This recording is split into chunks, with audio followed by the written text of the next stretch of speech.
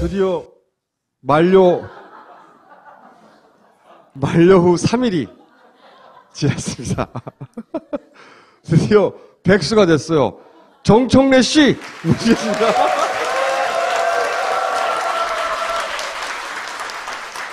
여러분 안녕하십니까. 이 시대의 참 민간인 정청래입니다. 최근 며칠간 민간인으로 뭐 하셨어요? 국회의원도 전관 예우가 있더라고요. 네, 첫날 5월 30일이죠. 첫날 10시에 갈 데가 없어. 그래서 아침에 일어났는데 텃밭으로 갔어. 텃밭 물 주고 있었어. 그랬더니 모르는 전화가 직접 왔어요. 안 받았어. 그랬더니 계속 울려. 받았어요. 그랬더니 의원님 큰일 났어요. 그래요. 그랬더니 제 지역구에 있는 지역구였던 곳에 위치한 초등학교 교감 선생님한테 전화가 왔어요. 그 체육관 짓는다고 오늘 공사 시작했는데요. 포크레인이 전기선을 건드려서 정전이 됐대요. 아직도 의원인 줄 알았구나. 네. 아니 근데 그런 건 아니었던 것 같아.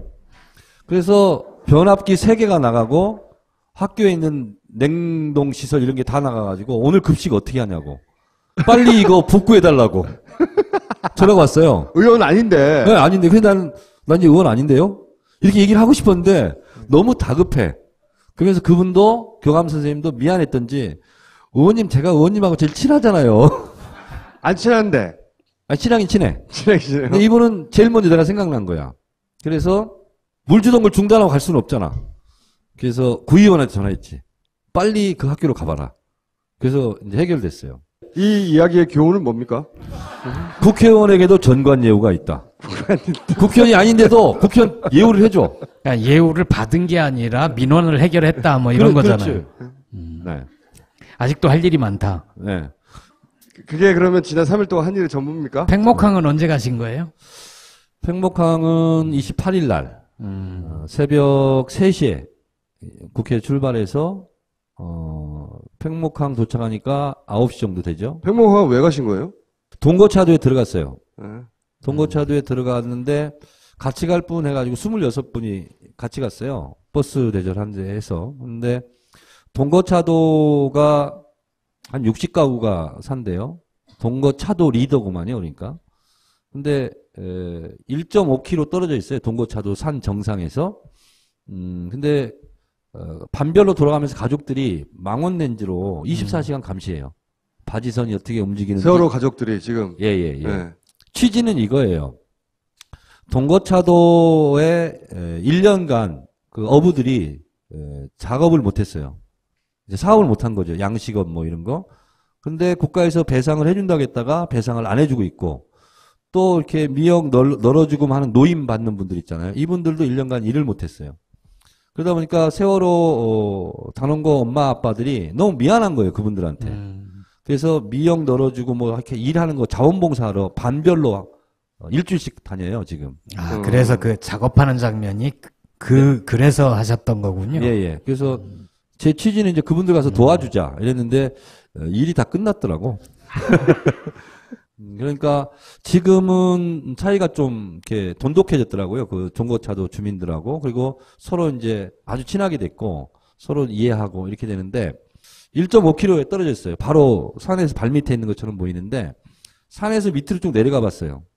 근데 가장 가까운 곳이죠. 거기는 이제 암벽인데 엄마 아빠들이 거기까지 가서 아이들 먹으라고 음식 이렇게 뿌려주고 하는 그 장소까지 내려가 봤는데 그쪽에 이제 배를 갖고 계신 이제 분들이 하는 얘기가 가만히 있으라만 얘기 안 했으면 애들이 뛰어내렸을 것이고 그러면 2, 3분 거리예요. 그 어부들이 있는 배 갖고 있는 분들이 많이 있거든요. 그러면 다 구했을 거라는 거죠. 그분들의 그런 말씀을 해서 그냥 갔다 왔어요. 네. 그 의원님이 이제 지난 3일 동안 한 일의 전부죠, 이게. 아니 또 그 사이에 팟캐스트도 하나 시작하셨죠? 네, 하나 시작했어요. 뭘 네. 많이 하셨네. 네. 근데 3일 동안 강연 요청만 하루에 평균 2건씩 있어요. 2건. 의원님 그런 얘기 이제 그만하고요. 근데 내가 김총수한테 자문을 구하는 거야. 그래서 제가 이제 강연 요청을 하루에 2건씩 6건 받아놨는데 돈 있는데요? 이렇게 물어보고 싶어도 못 물어보겠어. 그럴 때 어떻게 해야 돼? 아니, 물어봐야죠, 당연히. 물어봐야 돼? 어떻게 물어봐요? 얼마예요가 아니라, 나는 얼마다라고 말하셔야죠. 아니, 이제, 외국에서 하나 또 들어왔는데, 거기서 고민이 그거래요. 지금 경론이 벌어졌대. 비행기 값, 숙식 뭐 이런 것은 당연히 이제 그쪽에서 해주는데, 도대체 얼마를 주면 오고, 얼마를 주면 안 올까? 이거 가지고 지금 경론이 붙었다는 많이 거예요. 주면 간다고 하세요, 많이 주면. 그래서 저한테 물어보는 거예요. 중간에 또 하나 또 이렇게 꼈는데, 그래서, 알아서 주라고 하세요. 네, 이렇게 얘기했어요. 본인 가격을 스스로 매기세요. 그러면 김총수가 그 역할 좀 해줘. 에이전시.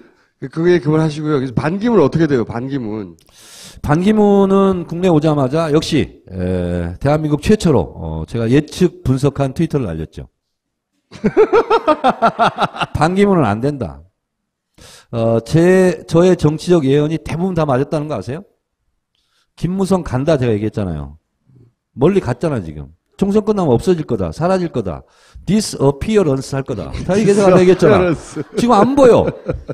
반기문은요. 이름값은 있습니다. 네임밸류. 유엔 사무총장이라는 네임밸류가 있죠. 근데 반기문 총장이 새누리당 대선 후보가 되려면 미안하지만 박근혜 대통령 아바타가 돼야 가능합니다. 근데 정권 말기예요. 박근혜 대통령이 지지한다는 것을 모르게 쉬쉬하는 분위기가 앞으로 됩니다. 레임덕이 와요. 여소야대 전국이기도 하고. 근데 반기문 총장이 새누리당 후보가 되는 길은 박근혜 대통령이 손잡고 끌어주는 수밖에 없거든. 근데 그 순간 그것은 간표 요인이지 득표 요인이 될 수가 없어요. 그렇게 되다 보면 박근혜 이꼴 반기문 이렇게 되는 거예요. 그게 반박이 되는 거죠. 많은 국민들이 반박하죠. 경선을 아닌가? 하고 싶어 하지 않잖아요. 경선을 하는 순간 검증의 산을 넘기가 상당히 어려울 거고. 왜 검증의 산을 넘기가 어렵죠? 뭐가 있습니까? 지금 이런 거 아닙니까? 뭐 상식적으로 지금 뭐 기자들 많이 쓰고 있던데 너무 일찍 갔다. 그리고 네. 유엔 사무총장을 하기 때문에 각종 의혹 보도가 앞으로 한 2, 3개월 있으면 계속될 겁니다. 근데 그거를 유엔 사무총장 이름으로 반박할 수가 없어요. 그래서 원래는 퇴임하고 나서 이쪽으로 와서 그런 대권 행보든 뭐 대권 플랜이든 갔어야 되는데 너무 빨리 지금 왜 이렇게 급하게 했을까요? 조급한 거죠. 우사인 볼트처럼. 대선 주자 1위를 빨리 찍어야 돼. 근데 이게 본인의 의지로 이렇게 빨리 간 걸까요? 아니면 예를 들어 친박계에서 워낙 이쪽에 주자가 없고 분위기가 주저앉으니까 좀 빨리 까라고 한 걸까요? 저는 본인 의지라고 생각합니다. 순수하게? 예, 교감 없이 사전에? 그렇죠. 이번에 행보를 보니까 누구의 조언이라기보다는 본인이 그런 생각을 많이 갖고 있다라고 저는 판단해요. 얼굴 표정이라든가 손 흔들 때 표정 보셨어요? 손 흔들 표정? 마치 대통령 취임식장에서 손 흔드는 표정입니다. 저는 교감했을 수도 있다고 봐요. 왜냐하면 반기문 총장이 막 휘젓고 다니는 동안 여론의 흐름을 보면 박근혜 대통령이나 새누리당이 전반적으로 좀 상승하는 효과가 있었거든요. 너무 끝없이 가라앉고 새누리당 혁신이니 뭐니 뭐 되는 게 하나도 없으니까. 본인의 의지도 있지만 네. 그 반기문 사무총장의 의지를 이미 알고 있던 뭐 친박 쪽이나 이쪽에서 좀 빨리 뛰자. 혹은 패를 좀 미리 던져놔 보자. 어떻게 되나. 간을. 이런 교감이 있지 않았을까요? 그러지는 않았을 거라고 봅니다, 저는. 그럴 수도 있겠네. 제가 미국 국정감사 갔을 때 반기문 총장하고 만난 적이 있어요. 우리 외통이 미주 국감반하고 만났는데, 그때도 일일이 자연스럽게 국회의원들하고 1대1로 사진을 찍더구만요. 1대1로. 네. 찍고 식사를 하고 얘기를 하고 하는데, 그냥 단순한 유엔 사무총장 같지는 않았어요. 그래서 그때 제가 느낌이 좀 있었어요. 본인이 정치를 하겠다는 의지는 분명히 밝힌 거 아니에요? 근데 저는 기분 나쁜 게 갈 때 기자회견하면서 뭐라 그랬어요. 나는 그냥 유엔 사무총장으로서의 활동을 한 건데 왜 나보러 그렇게 해석을 하느냐. 좀 오바 좀 하지 말아라. 과도하게 추측하지 말아라. 행동은 대선 주자로서의 행동을 다 해놓고 이거 대선 주자 아니야라고 하니까 저 그거 아니거든요. 그러니까 유엔 사무총장. 다음번에는 오더라도 기자들이 아무도 가지 마. 쓰지 말고. 그럼 본인이 만족할 거 아니야. 왜 언론에서 나를 많이 다뤘냐 이거 아니야 지금. 그리고 타이밍도 보면 박근혜 대통령이 없을 때 들어온다든지. 그래서 사실 유엔 사무총장이 우리나라 국내 관훈 토론에 왜 나옵니까? 그러니까 JP는 왜 만나죠? 그러니까요. 그리고 반사모가 만들어졌지 않습니까? 저는 이것은 자연스러운 현상이 아니잖아요. 의도된 기획이다 저는 이렇게 보고 있습니다. 실제 지금 청와대 의전비서관이 반기문 사람이에요. 네, 네. 네. 그리고 한겨레에서 썼잖아요. 네. 어떤 기자가 반기문이 제일 먼저 일어나서 하는 일이 한국 신문 본다는 거 아닙니까? 그리고 본인 기사 스크랩된 거. 한겨레에서는 그런 걸 어떻게 취재를 하지? 의원님, 본인 기사 스크랩은 의원님 특기잖아요. 아니, 저는 이제 3일 전부터 아무리 내 검색을 해도 안 나와.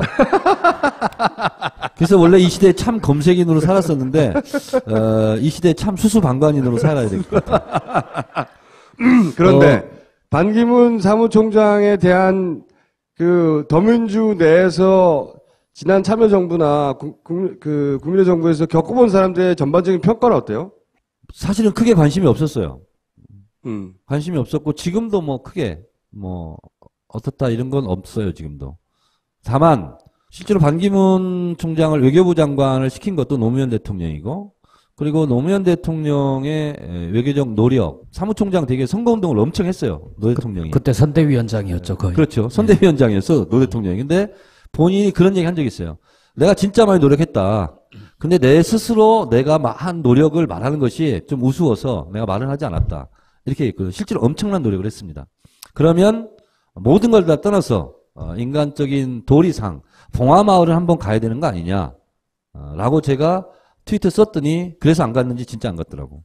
추모 영상을 보내달라고 했을 때도 거부했죠. 지난번에 누가 나와서 그 말씀 하나 하셨잖아요.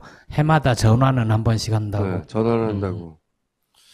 그런데 제가 여기서 좀 다른 핀트로 제가 소설 하나 쓰겠습니다. 써서 내세요. 응모하세요. 노스트라다문에 하고 있는데 저희. 그거랑 좀 다른 거야. 다른 거요? 네. 이건 청와대 쪽이 아니니까. 우리 당 쪽이에요. 소설입니다. 반기문 총장이 언론의 주목을 받고 국민적 시선을 한눈에 받았잖아요. 제일 기뻐하는 사람이 누굴까? 안희정, 김종인. 김종인이라고요? 추호 선생. 왜 추호 선생께서 왜냐하면 이제 70대 그 나이대가 70대가 대통령 할 시기다. 시니어 그리고 정치 내가 시대가 왔다. 나이가 4살에 더 많지 않냐? 이런 생각을 하지 않았을까? 아니, 지금 의원직은 끝났지만 당적은 갖고 계시잖아요. 누가? 정청래 씨. 제가 지금 소설 쓰고 있는 거예요. 근데 아니, 어떻게 그 자당의 대표를 그렇게 세게 디스를 해요. 뒷수가 아니죠. 근데 이게 저는 오래전부터 생각했어요. 이분이 대권 출마에 욕심이 있지 않을까? 김종인 대표가요. 생각했는데 매경에서 처음으로 이걸 깠어요. 그랬죠. 김종인 대표 대권 생각이 있다고. 네. 우리 당 이거 총선도 앞두고 그러니까 제가 얘기를 안 했는데 저는 이렇게 생각했습니다. 나는 더 이상 킹메이커 하지 않겠다. 그 말했고. 그리고 나는 당권에는 추호도 관심이 없다. 지워도 관심 없어. 그 다음에 나온 게 뭐냐면 수권 정당을 만들겠다 했어요. 네. 근데 오늘 그러면서 이런 얘기도 했죠. 내 눈에는 우리 당의 대선 후보가 보이지 않는다고. 그렇죠. 그리고 오늘 충청북도에 가서 이렇게 얘기했죠. 다음 대선은 경제민주화를 성공시킬 당이 정권을 잡는다. 그리고 이번 총선에서 경제민주화 포용적 성장에 대해서 우리가 띄웠다. 그래서 수도권에서는 사상유례 없는 압승을 했다. 대선에 희망이 있다. 이렇게 얘기를 했죠. 대권 후보로 나설 거라고 지금 보세요? 추호 선생께서? 근거도 있고 저는. 근데 지금 소설적 차원에서 말씀을 드리는 겁니다. 그러면 근거는 어떻게 있으세요? 들은 얘기 있어요? 혹시? 네, 있습니다. 네, 근데 그거는 그거 해주세요. 얘기를 못 하겠고. 아니 조금만 해줘. 조금만. 조금만? 조금만. 네. 저는 비상대책위원회를 하면서 지역위원장을 대대적으로 물갈이한다. 저는 이것도 하나의 징후라고 봅니다. 그러니까 호남에서 하겠다는 거예요? 호남이든 경남이든. 그러니까 거기에 연장선상에 그런 생각을 갖고 그랬는지 안 그랬는지 모르지만 어쨌든 현상은 보이든 보이지 않든 본질을 대변하잖아요. 지역위원장이라고 하는 게 결국은 이제 총선 때 국회의원으로 나올 사람들이거든요. 그 사람들을 이제 지금 말씀은 추호 선생 개로 이렇게 쭉 바꿔버리겠다 하는 계획을 그래서 하고 있는 거 기사는 아니냐. 크게 나지 않았는데 경남 양산에 송인배 지역위원장이 반발하며 지역위원장을 선제적 사퇴했죠. 선제적 사퇴하는 게 이런 자기한테 무슨 도움이 됩니까? 이런 거죠. 여러 번 떨어진 사람은 속아내겠다. 그러니까 거기는 여러 번 떨어졌어요. 세 번 떨어졌죠. 그렇죠. 대구, 경북, 경남에는 여러 번 떨어져요. 그렇죠. 근데 여러 번 떨어진 이유가 지역위원장을 속아내는 기준이 되는 거죠. 그거 될 수가 없죠. 기계적으로. 그러니까 반발한 거죠. 근데 그게 들은 얘기가 전부가 아니라 그렇게 하는 의도가 뭐가 있다라고 들으신 게 있었어요? 네, 팩트가 있는 거죠. 있는데 지금은 소설적 의미로 얘기하는 겁니다. 지금. 근데 저는 그런 가능성도 정치는 생물인데 저는 충분히 가능성이 있고. 그러면 김종인 지금 현 대표 주변에 있는 몇 분들이 국회의원도 있는데 김종인 대표가 정말 대통령이 될 수 있다고 생각한다고요? 안 믿겨지죠. 얼뜻 들으면 그래요. 근데 여러 가지 사실적 징후들이 나타나고 있습니다. 당에서도. 골 때리네.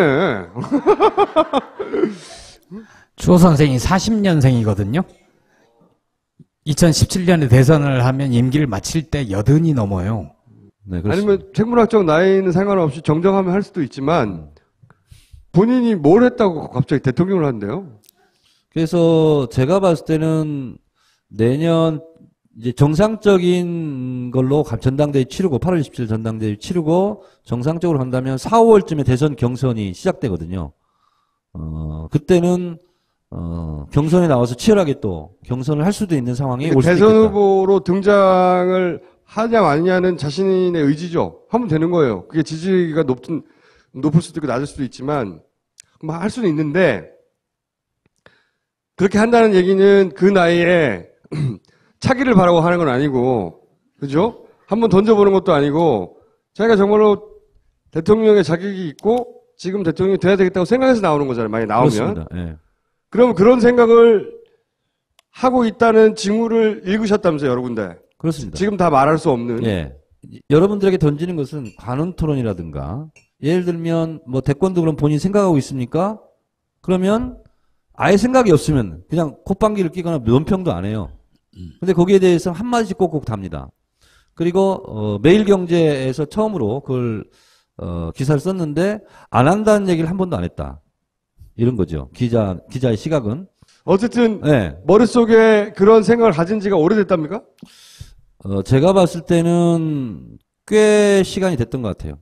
그러니까 그런 생각을 하며 문재인 전 대표를 상대했던 거잖아요. 그죠? 그렇습니다. 그러니까 고깝지 않은 부분도 있었겠네요. 그런 생각 했다면. 그러겠죠. 재밌는 양반이네. 여러분 네이버나 다음이나 들어가서 추호 선생 이름을 치고 대권을 딱 쳐보세요. 그럼 기사가 몇 개가 떠 있습니다. 지금. 매일경제도 떠 있고 프레시안도 떠 있고. 그러면 제가 말하지 않아도 거기에 근거들이 다 나옵니다. 김상곤 혁신위에서 만든 혁신위원회 안, 네. 그게 최근에 더 후퇴하고 있잖아요. 최고위원들 신설하고 뭐 네. 이런 거. 그런 것도 다 그런 거랑 관련이 있다고 봐야 그거랑은 되나요? 관계가 없고 혁신위 안에 대해서는 많은 분들이 궁금해하고 하기 때문에 원래 이거는 딴 팟캐스트 가서 얘기하려고 그랬는데 본인 팟캐스트. 여기서 해야 되겠네. 정치 알바에서만 하려고 그랬더니 참. 제가 봤을 때요. 최고위원회를 없앤 것은 저는 혁신안으로서 저는 아니다 이렇게 생각합니다. 왜냐하면 그때 이제 정청래 막말 공갈 사태 머리 나고 최고위원회를 그러니까 없애야 되다 이렇게 됐거든요. 아니 국회의원 선거가 혼탁하다고 해서 국회의원 선거를 없앨 수는 없는 거예요. 그래서 그거는 혁신안 중에서 내가 혁신위원들한테 물었어요. 이게 무슨 혁신안이냐. 그리고 당원들은 대표 선출권과 최고위원 선출권을 당연히 갖는 거예요. 당원의 권리예요. 최고위원 선출권을 당원들에게 박탈해 간 거거든요. 그것은 옳지 않습니다. 그래서 최고위원회는 저는 부활해야 된다고 봐요. 지금 당 안에서의 움직임을 계속 이렇게 들을 수 있는, 네. 원내에 있지는 않지만 의원님이 들을 수 있는 그 루트들이 다 살아있잖아요, 의원님이. 네. 그죠? 그리고 그런 사람들이 시시각각 전해줄 거 아닙니까? 네. 그런 라인이 다 죽지 않은 거죠. 뭐 그렇다고 봐야죠. 그런 게 없다면 자르려고?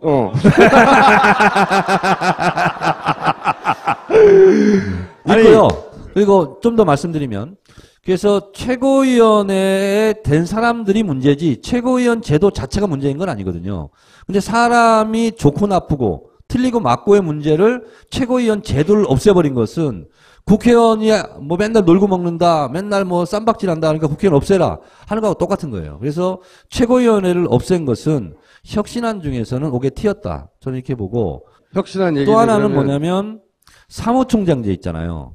사무총장제는 그것이 좋든 싫든 간에 나쁜 의미로 본다면 필요 악일 수밖에 없는 거예요. 왜냐하면 사무총장을 5개 본부장을 나눴어요. 총무본부장이 사무총장이에요, 그냥. 이름만 바꿨지 실제로 권한을 다 갖고 있거든요. 네. 그러면 혁신안에서 왜 이렇게 된 것을 문재인 대표 때 그냥 갔느냐. 뭐냐면 혁신안 중에 또 하나가 뭐였냐면 최고위원과 최고위원과 당대표가 합의해야 된다라고 바꿨거든요.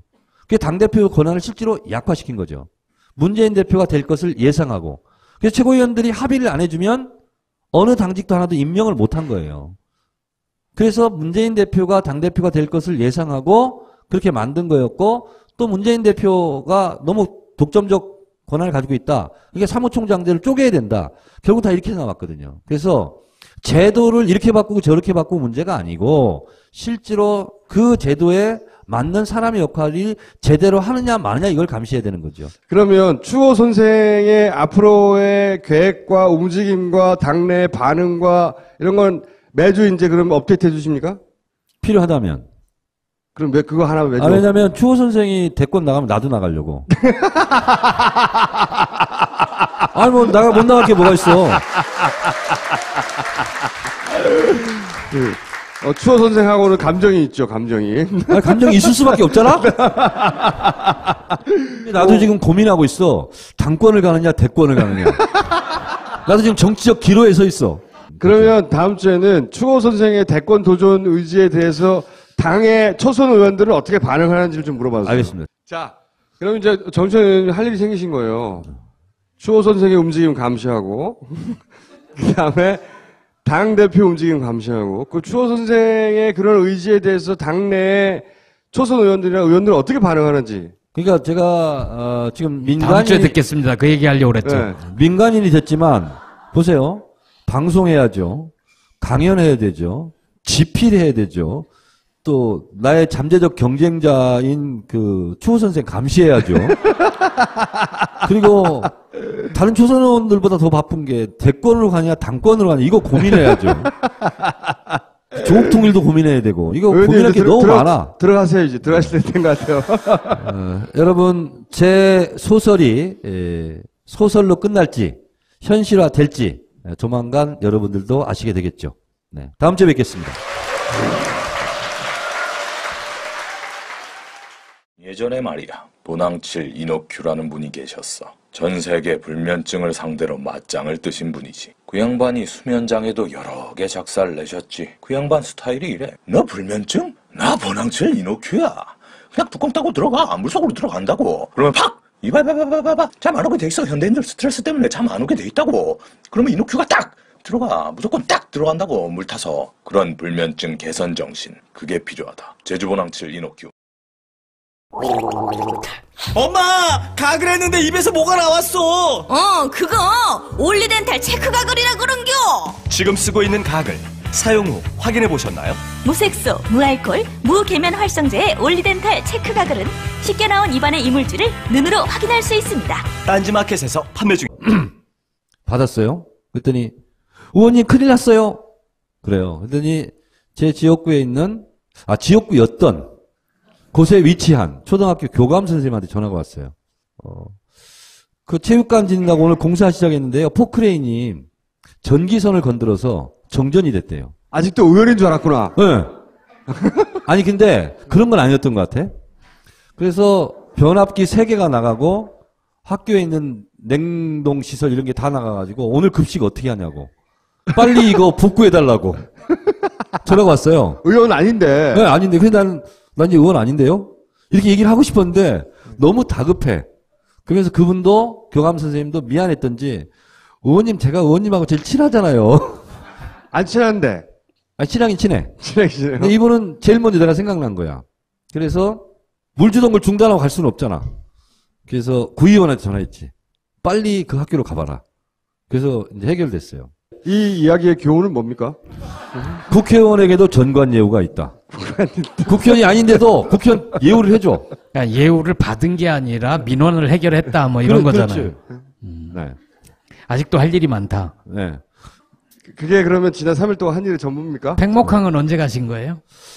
팽목항은 28일 날 새벽 3시에 국회 출발해서 팽목항 도착하니까 배상을 해준다고 했다가 배상을 안 해주고 있고 또 이렇게 미역 널어주고 하는 노임 받는 분들 있잖아요. 이분들도 1년간 일을 못했어요. 그러다 보니까 세월호 단원고 엄마 아빠들이 너무 미안한 거예요. 그분들한테.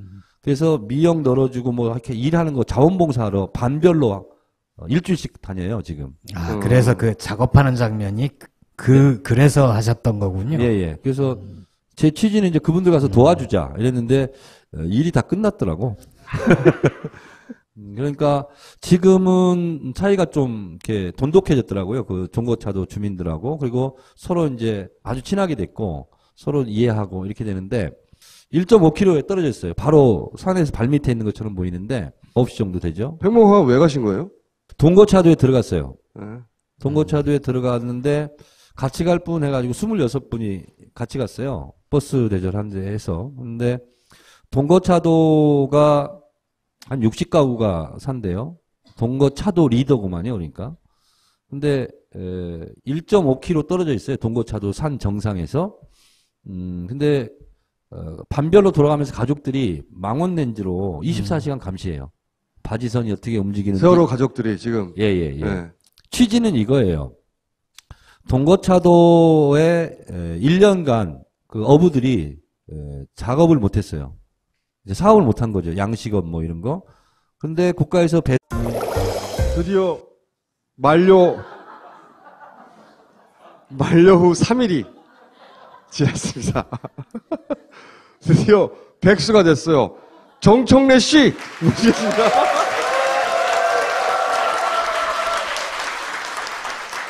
여러분 안녕하십니까. 이 시대의 참 민간인 정청래입니다. 최근 며칠간 민간인으로 뭐 하셨어요?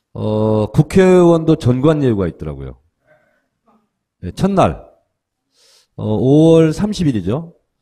첫날 10시에 갈 데가 없어. 그래서 아침에 일어났는데 텃밭으로 갔어. 텃밭. 물 주고 있었어. 그랬더니 모르는 전화가 직접 왔어요. 안 받았어. 그랬더니 계속 울려.